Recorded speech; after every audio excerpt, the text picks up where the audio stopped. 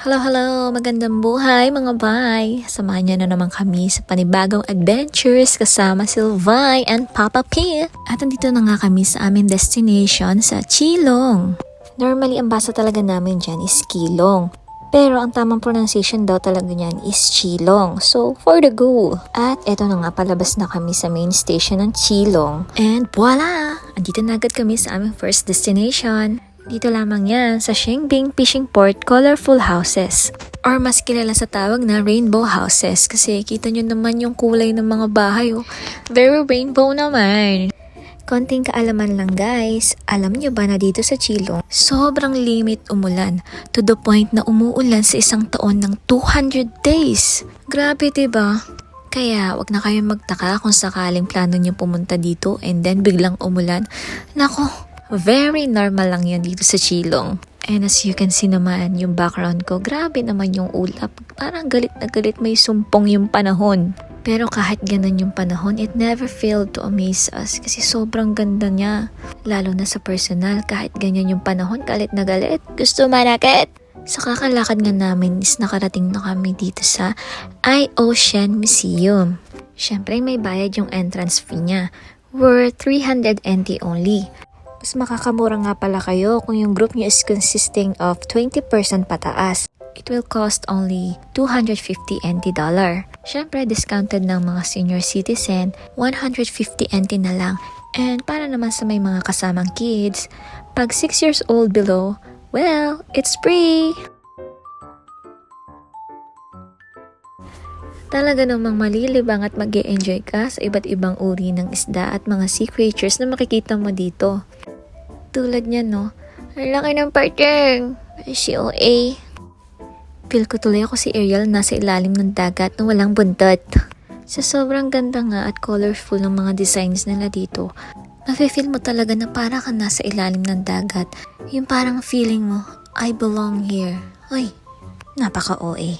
Ako lang ba yung nag-iisip na may iba't iba pang creatures sa ilalim ng dagat? Na may mga sirena, shokoy, tapos may tinatawag na kaharian ng Atlantis sa ilalim ng karagatan.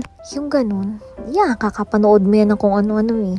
Wala, nakaka-amaze lang kasi sobrang lawak ng karagatan, hindi natin alam kung ano yung mga nandun, di ba? Kasi kung dito sa ibabaw ng lupa, tayong mga tao yung namumuno. Syempre, hindi natin alam sa ilalim ng karagatan na maaring may iba pang mga nilalang na nabubuhay na hindi na natin nakikita at hindi na din kayang abutin ng kaisipan nating mga tao. Wala na, i-share ko lang naman. Pero what if, di ba?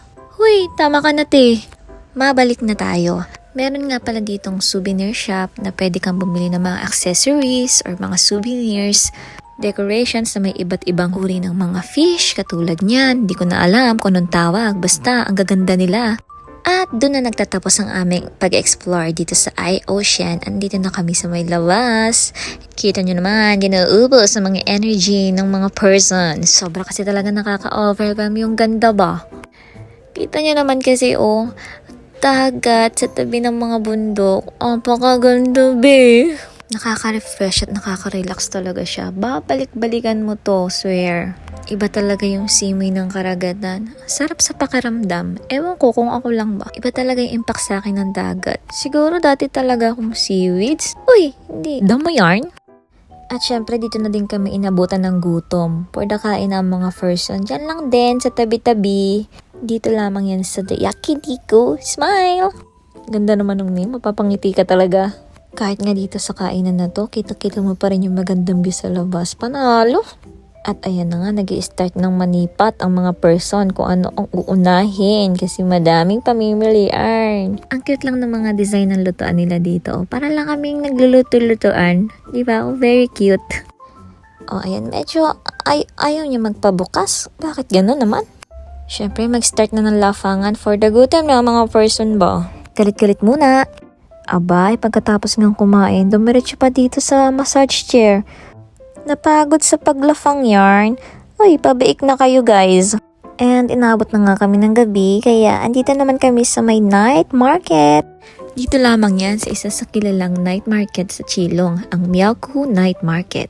Syempre, hindi namin papalampasing matikman yung iba't ibang food delicacies nila dito. Isa kasi ang Chilong sa mga lugar kung saan madaming mga foods na masasarap at binabalik-balikan. Kaya halos lahat yata ng makikita namin masarap. For the go! Siyempre, share-share na din kaming tatlo kasi nga, para lahat ng mga nakikita naming masarap, matitikman namin. At the same time, hindi din agad kami mabubusog kasi tatlo naman kami nag-share eh. At tama nga yung mga sinasabi nila, ang sasarap ng mga pagkain nila dito. Love it! For the mukbang, sige. Kain pa more hanggat hindi nauumay at hindi nabubusog. Bukod kasi sa masasarap na, abot kaya lang din talaga yung mga presyo niya. Kaya mapapadami ka talaga ng bili at ng kain. Isa din yan sa mga hindi namin pinapalampas pag mga nagna-night market kami. Yung matikman yung mga iba't ibang mga pagkain sa mga stalls. Kasi ang sarap niya talaga. Ikaw na lang susuko sa kabusugan eh. Panalo. At nung natapos na nga kaming mag-night market, umuwi na kami dito sa aming Stairway to Heaven na hotel. Grabe naman katarik. For the taas naman ng hagdanan. Pero kahit ganyan yung hagdanan niya, panalo tong hotel na to kasi bukod sa malapit na siya dito sa night market, budget friendly din yung price ng mga rooms nila. Tulad na lang ng room namin, good for 4 people na, 1,780 NT lang, not bad diba? At dito na nga nagtatapos ang aming mahabang araw. Abangan nyo part 2 ng aming chillong trip. So see you on my next vlog. Bye-bye!